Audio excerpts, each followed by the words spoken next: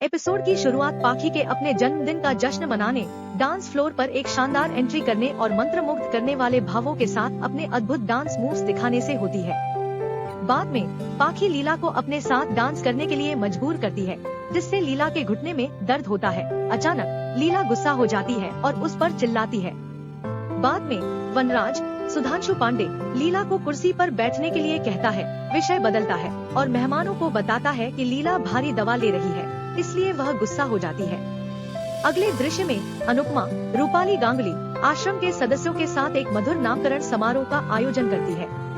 अनुपमा नंदिता से अपनी बच्ची को अपनी साड़ी में रखने के लिए कहती है। बाद में अनुपमा साड़ी को घुमाती है और उस प्यारी सी बच्ची का नाम आशा रखती है।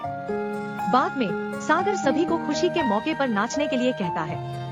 आश्रम से संगीत सुनते हुए पाखी आक्रामक रूप से वनराज से कहती है कि अनुपमा उसे खुश नहीं देख सकती। बाद में पाखी अनुपमा के पास जाती है, उसे डांटती है और उसे बताती है कि वह उसके लिए एक बड़ा अभिशाप है।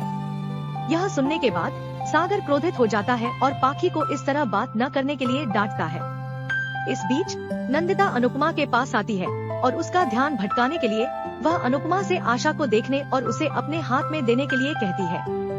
बाद में अनुपमा प्यारी बच्ची आशा से बात करती है कि वह कितनी भाग्यशाली है।